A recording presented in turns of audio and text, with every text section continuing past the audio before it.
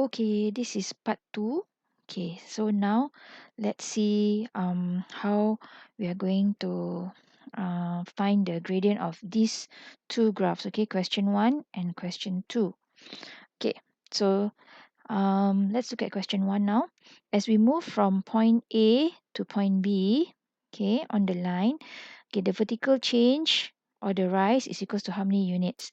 Okay, so again, this time I'm going to teach you how to not count boxes. Okay, count boxes, I think you're like experts at that, but I need to use coordinates. Okay, so now let's look at point A and point B. Tell me what's the coordinates of point A, guys. Okay, this is revision. Coordinates, okay, must have comma in between the two values. What are these two values? The first value is the value on the x-axis, second value is the value on the y-axis.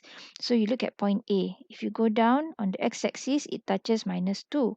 So the first value is -2. Second value is the y-axis. So you look here, it is at, what value is this? 1. So -2, 1. That's the coordinates of point A. Now what about point B? Okay, what are the coordinates of point B? Okay, you look at the x-axis. Okay, go down.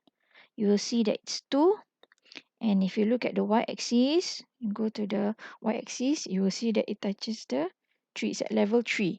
Okay, so the two coordinates of the 2 points I've already found. How do we use the coordinates, guys, to find the rise and the run? Okay, we're not going to count boxes, okay? That one you can do on your own. But this time I'm going to teach you how to use the coordinates. Okay, so now let's find the vertical change. Okay, so if you look at the vertical change, vertical means we are talking about the y-axis. So we look at the y value. Okay, so we have the y value is 3 and 1. Who's the bigger number? The bigger number is 3, right? Who's the smaller number? The smaller number is 1, right?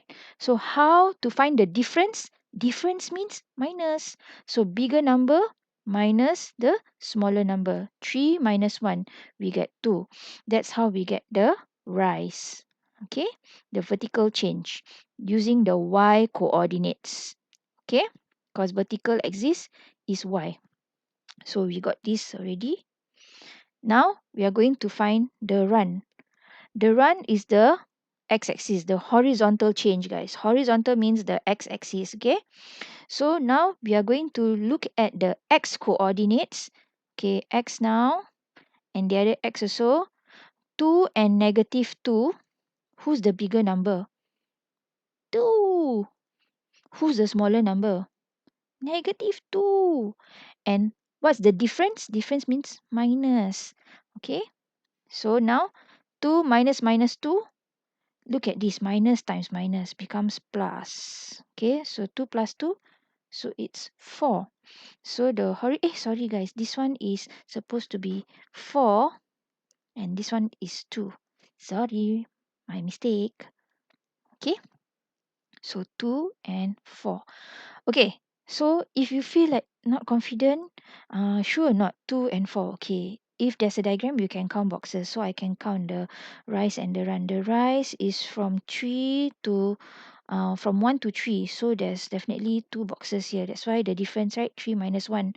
Okay, the distance is 3 minus 1, 2. And then what about the x-axis? From -2 to 2. Okay, how far do we have to travel from -2 to go to 2? 1, 2, 3, 4. So that's why you get 4 here. So correct lah.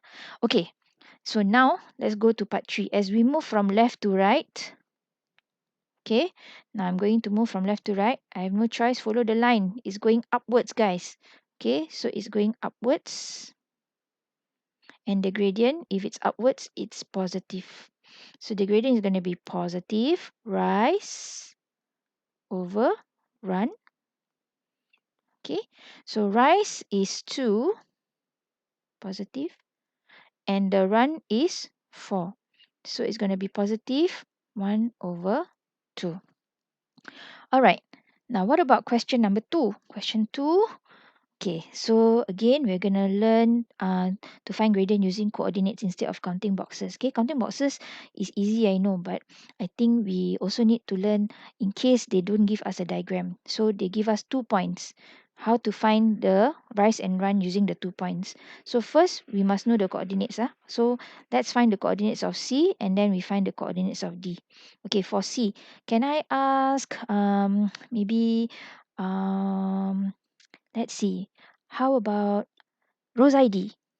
Rose ID, what is the coordinates, the X coordinates and the Y coordinate of point C?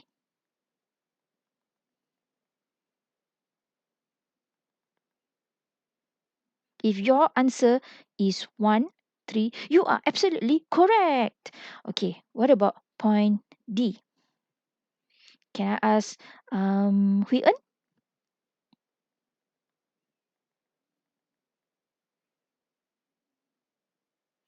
If your answer is 4, 1, you're absolutely correct. Okay, so now we have X value and Y value, X value and Y value for each point. Okay, so we are going to find the vertical change. Vertical means the Y value, right? The Y axis. So we are going to look at the Y value and Y value. Okay. So what is the difference between these two Y value? So I take the bigger number, 3. Okay. This is the rise, guys. 3 minus the other Y value is 1. So the difference between them, the gap between them, the gap and the difference between them is actually 3 minus 1, which is 2. Okay. What about the run? Okay, the run is the horizontal change, meaning that we have to look at the x-axis or the x value of the 2 points. So the difference between them or the gap, how do we find? We take the bigger number, 4, minus the smaller number, 1. Okay, 4 minus 1. So we get 3. So we can write this down. The rise is 2, the run is 3. So the line slopes. Okay, so imagine Miss Suela. Okay. I don't wear skirt but then never mind. Okay, so imagine Miss Suela going from the left to the right. So no choice, right? Have to go downwards. So the gradient is negative. Okay, so negative gradient, negative rise over run. What's the rise? 2. What's the run? 3. So that's your final answer because cannot simplify anymore. Negative 2 over 3. Done.